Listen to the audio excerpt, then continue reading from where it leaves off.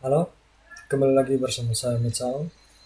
Pada video kali ini saya akan membuat sebuah video yang mana di sini saya akan menjelaskan beberapa rantai pasok.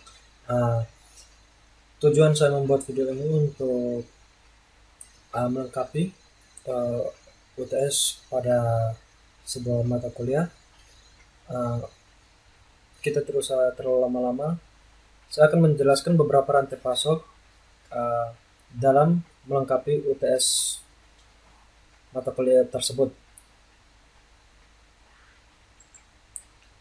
Di sini yang pertama ada manajemen rantai pasok agribisnis buah stroberi di Kabupaten Bandung. Yang pertama ada pengembangan produk, potensi pengembangan stroberi sebagai agrowisata. Nah, potensi pengembangan stroberi sebagai agrowisata ditunjang dengan keberdayaan lahan yang luas. Misalnya saja di kawasan Ranca Bali ditanami stroberi kurang lebih seluas 120 hektar yang sebagian besar tersebar di Desa Alam Endah, Kecamatan Ranca Bali. Demikian pula dengan semakin populernya agrowisata stroberi ini, dipetik sendiri juga turut menjadi faktor pendorong agribisnis stroberi. Buah stroberi saat ini menjadi ikon unggulan bagi pariwisata Jawa Barat, khususnya di Kota Bandung bagian selatan. Yang kedua, ada pengadaan produk. Nah, rantai pasok hulu atau upstream supply chain ini meliputi berbagai aktivitas perusahaan dengan para penyalur, antara lain berupa pengadaan bahan baku dan bahan pendamping. Yang ketiga ada perencanaan dan pengendalian. Rantai pasok internal atau internal supply chain ini meliputi semua proses pemasukan barang ke gudang yang digunakan sampai pada proses produksi. Aktivitas utamanya antara lain produksi dan pengendalian persediaan. Yang keempat ada pengiriman dan distribusi. Rantai pasok hilir atau downstream supply chain ini meliputi semua aktivitas yang melibatkan pengiriman produk kepada pelanggan. Fokus utama kegiatannya ialah distribusi, pergudangan, transportasi, dan pelayanan. Nah, untuk rantai pemasaran stroberi di kawasan tersebut cukup panjang. Jika petani ini hanya menjual stroberi dengan sistem abresan, maka tidak akan mendapatkan nilai tambah yang tinggi. Nilai tambah yang tinggi dapat dinikmati oleh pelaku yang melakukan proses. Pengolahan lanjutan seperti sortasi dan grading atau pengolahan pasca panen. Hal tersebut dikarenakan stroberi yang telah disortasi dan grading harganya jauh lebih tinggi daripada harga abresan. Sedangkan untuk rantai pasok stroberi di kawasan Lembang, mayoritas petani stroberi di kawasan ini menjual hasil panennya pada supplier dan pedagang eceran. Penjualan stroberi dari petani biasanya stroberi grade A, grade B, dan grade C. Oleh supplier disortir untuk dijual ke supermarket, sedangkan untuk pedagang eceran stroberi yang kualitasnya kurang bagus, tidak akan masuk pada supplier. Supplier dan pedagang eceran yang ada di kawasan Lembang adalah pengolahan lanjutan seperti sortasi dan grading atau pengolahan pasca panen. Hal tersebut dikarenakan stroberi yang telah disortasi dan grading harganya akan jauh lebih tinggi daripada harga abresan. Dan untuk rantai pasok stroberi di kawasan bagian Lembang ini, mayoritas petani stroberi di kawasan ini menjual hasil panennya pada supplier dan pedagang eceran. Penjualan stroberi dari petani ini biasanya stroberi grade A, grade B, dan grade C oleh supplier disortir untuk kejual supermarket, dan untuk pedagang eceran stroberi yang kualitasnya kurang bagus tidak akan masuk kepada supplier dan pedagang eceran yang ada di kawasan Lembang di Kabupaten Bandung. Yang ketiga ada strategi rantai pasok stroberi. Pada awal perkembangannya, stroberi di wilayah Ciwidey dan sekitarnya, yaitu pada tahun 1999, tidak terdapat permasalahan yang berarti untuk pemasarannya. Hal tersebut dikarenakan Ciwidey merupakan perlintasan beberapa daerah pariwisata, sehingga banyak wisatawan yang membeli oleh-oleh olahan khas Ciwidey, serta buah stroberi segar itu sendiri. Makanan olahan stroberi ini dijual melalui toko yang menjual oleh-oleh khas Ciwidey. Sedangkan buah stroberi segarnya dijual ke konsumen melalui perantara, yaitu pedagang asongan. Nah, selain asongan, konsumen juga bisa mendapatkan stroberi segar dengan cara memetik sendiri di kebun yang memang menyediakan fasilitas itu sebagai sarana penjualan stroberi segarnya. Dan untuk saat ini, sebagian besar petani stroberi di kawasan Ciwidey menjual hasil panennya pada bandar atau pedagang pengumpul yang ada di wilayah sentra produksi. Penjualan stroberi dari petani biasanya dengan sistem abresan atau seluruh grade itu dijual dengan harga yang sama. Kemudian oleh bandar atau pedagang pengumpul disortasi dan digrading untuk dijual ke pasar tradisional, supermarket, restoran, dan pedagang pengecer lainnya. Dari bandar atau pedagang pengumpul juga ada yang dijual ke industri olahan yang biasanya stroberi grade ini paling rendah. Bandar atau pedagang pengumpul yang ada di kawasan Ciwidey ini ada yang sebagai pengusaha perorangan dan ada juga yang merupakan gabungan dari beberapa kelompok tani yang menyalurkannya ke supermarket. Nah, untuk rantai pasok yang kedua, di sini ada manajemen rantai pasok industri rumahan tahu di Kelurahan Bahu Manado. Untuk yang pertama, sama seperti yang saya jelaskan di awal, tentunya ada pengembangan produk, pengadaan produk, perencanaan dan pengendalian, pengiriman dan distribusi, dan yang lainnya. Oke, untuk manajemen rantai pasok industri rumah tahu di Kelurahan Bahu Manado, yang pertama ada pengembangan produk, penerapan strategi supplier partnership dan strategi consumer relationship. Dalam rantai pasok ini, industri rumahan tahu di Kelurahan Bahu masih belum optimal. Hubungan antara pemasok dengan produsen dan pengecer itu masih dikelola secara konvensional dan tidak memiliki standar ataupun metode yang berdasarkan pada pengkajian secara komprehensif terkait faktor-faktor yang mempengaruhi peningkatan kemitraan strategis dengan pemasok dan hubungan strategis dengan pelanggan. Namun, para pelaku rantai pasok ini tetap berupaya untuk membangun hubungan yang baik dengan pemasok atau pelanggannya. Meskipun begitu, upaya yang dilakukan belum optimal. Proses rantai pasok tahu ini masih berjalan dengan baik. Hal ini dibuktikan dengan eksistensi para pelaku rantai pasok sampai saat ini. Hanya saja pengembangan usaha maupun rantai pasok tahu ini menjadi kurang maksimal apabila dibandingkan dengan peluang yang ada. Yang kedua ada pengadaan produk. Proses pengadaan tahu yang dilakukan dalam beberapa tahapan, yaitu tahap pencucian, perendaman, pemasakan, pencetakan, dan pemotongan. Kapasitas produksi ketiga produsen berkisar antara 6.900 sampai 7.500 potong tahu per hari atau 207.000 sampai 225.000 potong tahu per bulannya. Untuk biaya operasi yang dikeluarkan ketiga produsen berkisar antara 44.588.333 rupiah sampai 46.390.000 rupiah per bulannya. Harga jual produk ketiga produsen ini berjumlah 275 rupiah per potongnya. Keuntungan yang didapatkan dari ketiga produsen ini berkisar antara 13.836.667 rupiah sampai 17.720.000 per bulannya. Yang ketiga ada perencanaan dan pengendalian. Rantai pasok internal atau internal supply chain ini meliputi semua proses pemasukan barang ke gudang yang digunakan sampai pada proses produksi, dan aktivitas utamanya antara lain produksi dan pengendalian persediaan. Yang keempat, ada pengiriman dan distribusi.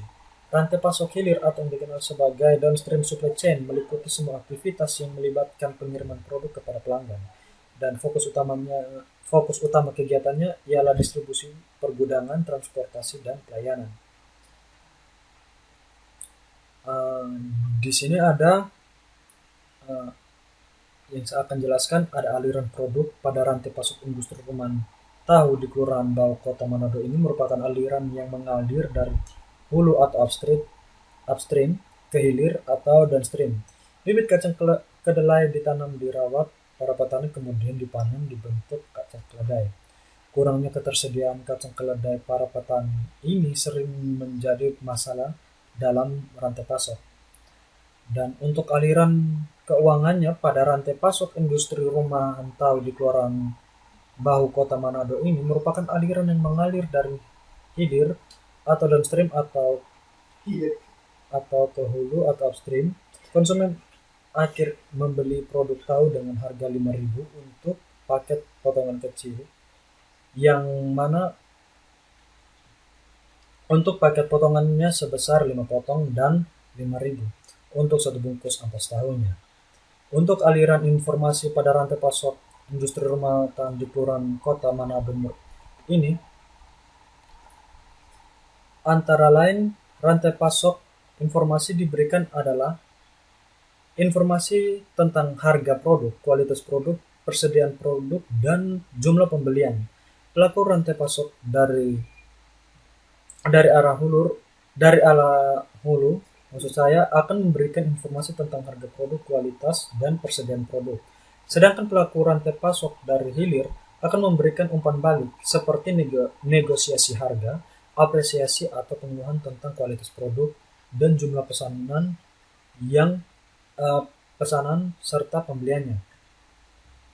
Dan yang ketiga di sini ada strategi rantai pasok, yang mana supply chain management menggunakan alat analisis rantai pasok dari awal sampai akhir dengan proses aktivitas pengadaan bahan baku menjadi barang setengah jadi dan produk akhir serta pengiriman ke pelanggan itu. Hasil penelitiannya ditemukan bahwa petani masih menggunakan alat tradisional dan hal ini tidak efisien serta banyak pengorbanan untuk waktu dengan biayanya. Yang berikut ada manajemen rantai pasok pengolahan tepung kelapa pada PT XYZ di Sulawesi Utara. Yang pertama di sini ada pengembangan produk. Perusahaan menganut pull based system di mana kegiatan produksi maupun distribusi produk didasarkan atas permintaan konsumen, bukan melalui peramalan. Namun, perusahaan tidak selalu menjalankan kegiatan produksi berdasarkan permintaan, dikarenakan dalam sekali produksi dapat menghasilkan dua tipe tepung permintaan dengan kapasitas produksi, sehingga perusahaan tidak menerima semua permintaan yang ada. Konsumen yang berada di luar negeri biasanya melakukan pemesanan melalui email dengan cara forward booking. Setelah proses pemesanan selesai, bagian marketing di kantor pusat Manado memberikan informasi kepada manajer pabrik tentang jenis tepung yang akan dipesan nanti, kuantitas yang akan dikirim, dan waktu pengiriman yang telah disepakati. Yang kedua, di sini ada pengadaan produk. Ini meliputi berbagai aktivitas perusahaan dengan cara penyalur, antara lain berupa pengadaan bahan baku dan bahan pendamping. Yang ketiga di sini ada perencanaan dan pengendalian, yaitu meliputi semua proses pemasukan barang ke gudang yang digunakan sampai pada proses produksi, dan aktivitas utamanya antara lain produksi dan pengendalian persediaan. Dan yang keempat ada pengiriman dan distribusi, meliputi semua aktivitas yang melibatkan pengiriman produk kepada pelanggan. Fokus utamanya merupakan distribusi, pergudangan, transportasi, dan pelayanan.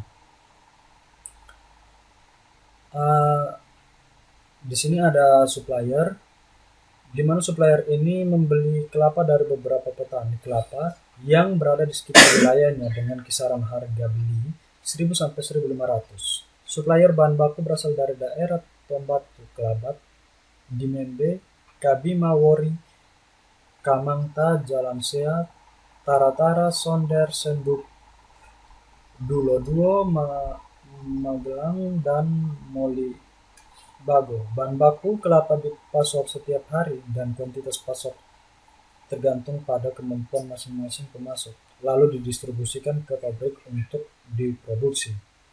Dan untuk PT XYZ ini memiliki dua lokasi yang berada di kantor pusat PT XYZ yang terletak di Manado yang menangani bagian keuangan serta kegiatan pemasarannya, pembelian, dan pengiriman. Sedangkan pabrik PT XYZ yang terletak di Minahasa Selatan yang khusus menangani bagian produksi tepung kelapa. Pelanggan yang melakukan pemesanan dengan bagian marketing di kantor pusat. Setelah itu, bagian marketing akan memberikan informasi tentang kuantitas dan jenis tepung kelapa yang akan dipesan, serta waktu pengiriman yang telah disepakati kepada manajer pabrik untuk dibuatkan jadwal produksinya. Di sini ada juga jasa ekspedisi, di mana jasa ekspedisi ini berperan dalam proses pengiriman produk dari PT XYZ hingga kepada konsumen. Pengiriman tepung kelapa ini melalui Pelabuhan Bitung dan dilanjutkan ke Pelabuhan Tanjung Priok Jakarta untuk dikirim ke berbagai negara tujuan ekspor. Jasa ekspedisi ini juga memberikan informasi tentang pergerakan barang dan kepada perusahaan serta memastikan barang telah sampai ke konsumen dengan tepat waktu. Yang keempat di sini ada konsumen yang merupakan mata rantai terakhir dari rantai pasok kelapa pada PT XYZ. Konsumen dari PT XYZ ialah perusahaan-perusahaan yang menggunakan tepung kelapa sebagai salah satu bahan baku untuk kebutuhan produksi. Dan yang ketiga ada strategi rantai pasok dari tepung kelapa ini sendiri. Perusahaan yang menganut progress system ini di mana kegiatan produksi maupun distribusinya produk didasarkan atas permintaan konsumen, bukan melalui peramalan. Akan tetapi perusahaan ini tidak selalu menjalankan kegiatan produksi berdasarkan permintaan, dikarenakan dalam sekali produksi dapat menghasilkan 2 tipe tepung kelapa. Yang berikut ada manajemen rantai pasok Sources Food Industries dari produsen sampai konsumen di Kota Bandung. Yang pertama ada pengembangan produk. PT Kemfood berpusat di kawasan industri Pulau Gadung, Jakarta Timur dan memiliki berbagai cabang di beberapa kota besar di Indonesia. Di antaranya Bandung, Solo, Semarang, Surabaya, Palembang, Medan, Lampung, dan Bali. Cabangnya memiliki fungsi untuk mempermudah proses pendistribusian produk dan untuk memenuhi kebutuhan konsumen. Perusahaan pasti memiliki sistem penjualan produknya untuk memenuhi kebutuhan pelanggan. Hal tersebut dapat dilihat dari manajemen kinerjanya. Dan yang kedua ada pengadaan produk, meliputi berbagai aktivitas perusahaan dengan para penyalur, antara lain berupa pengadaan bahan baku dan bahan pendamping. Yang ketiga ada perencanaan dan pengendalian, meliputi semua proses pemasukan barang ke gudang yang digunakan sampai pada proses produksi. Aktivitas utamanya antara lain produksi dan pengendalian persediaan. Dan yang keempat ada pengiriman dan distribusi, meliputi semua aktivitas yang melibatkan pengiriman produk kepada pelanggan. Fokus utama kegiatannya adalah distribusi, pergudangan, transportasi, dan pelayanan. Dan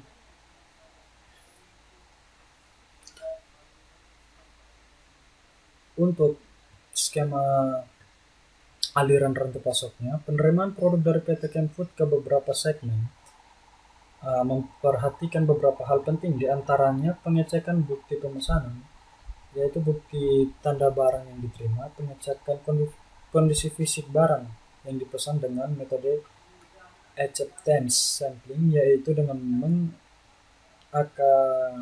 menginspeksi terhadap sampel penerimaan barang.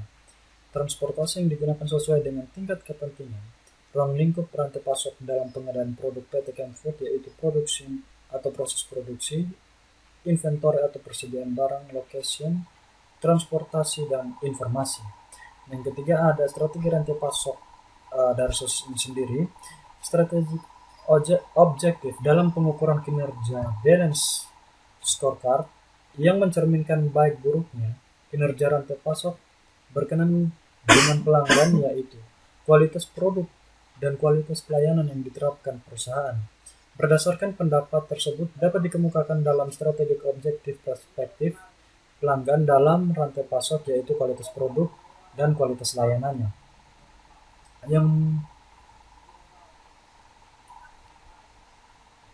Yang terakhir ada manajemen rantai pasok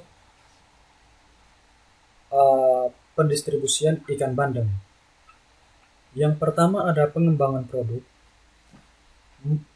Ikan bandeng atau Canis canis ini merupakan salah satu jenis ikan yang cukup banyak dibudidayakan di Indonesia. Komoditas perikanannya memiliki banyak keunggulan dibandingkan komoditas perikanan lainnya. Mengapa? Karena teknologi pembesaran dan pembenihannya telah dikuasai dan berkembang di masyarakat. Persyaratan hidupnya tidak memerlukan kriteria kelayakan yang tinggi karena toleran terhadap perubahan mutu lingkungan dan memiliki kandungan gizi yang tinggi ini dan sumber protein yang lengkap.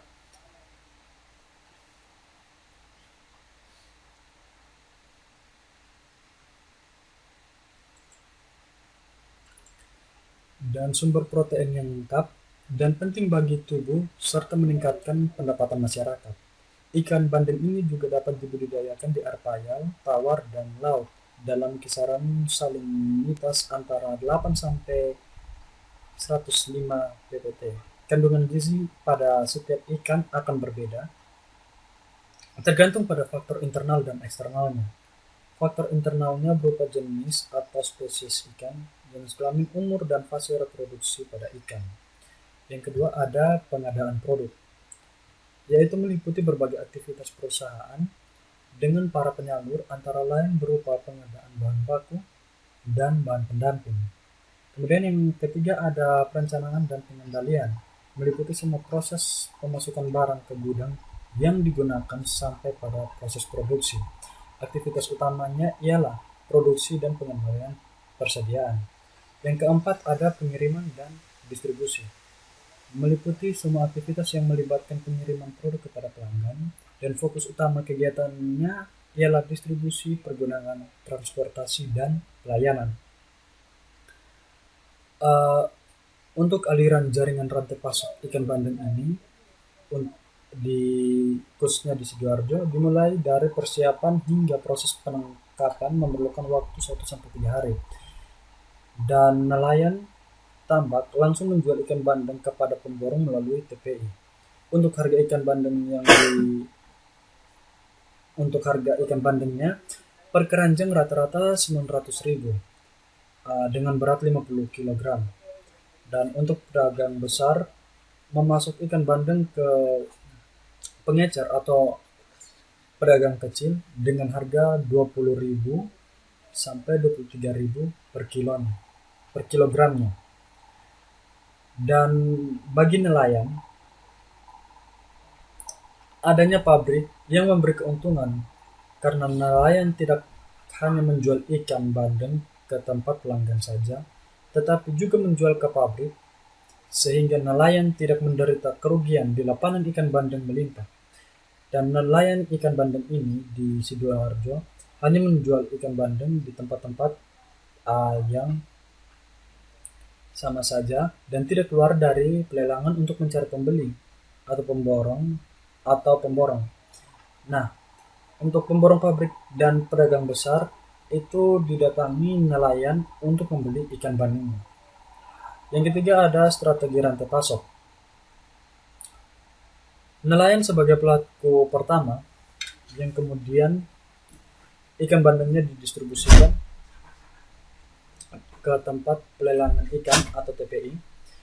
Di TPI ini tersebut telah ditunggu pedagang besar sesuai dengan nomor los yang dimiliki.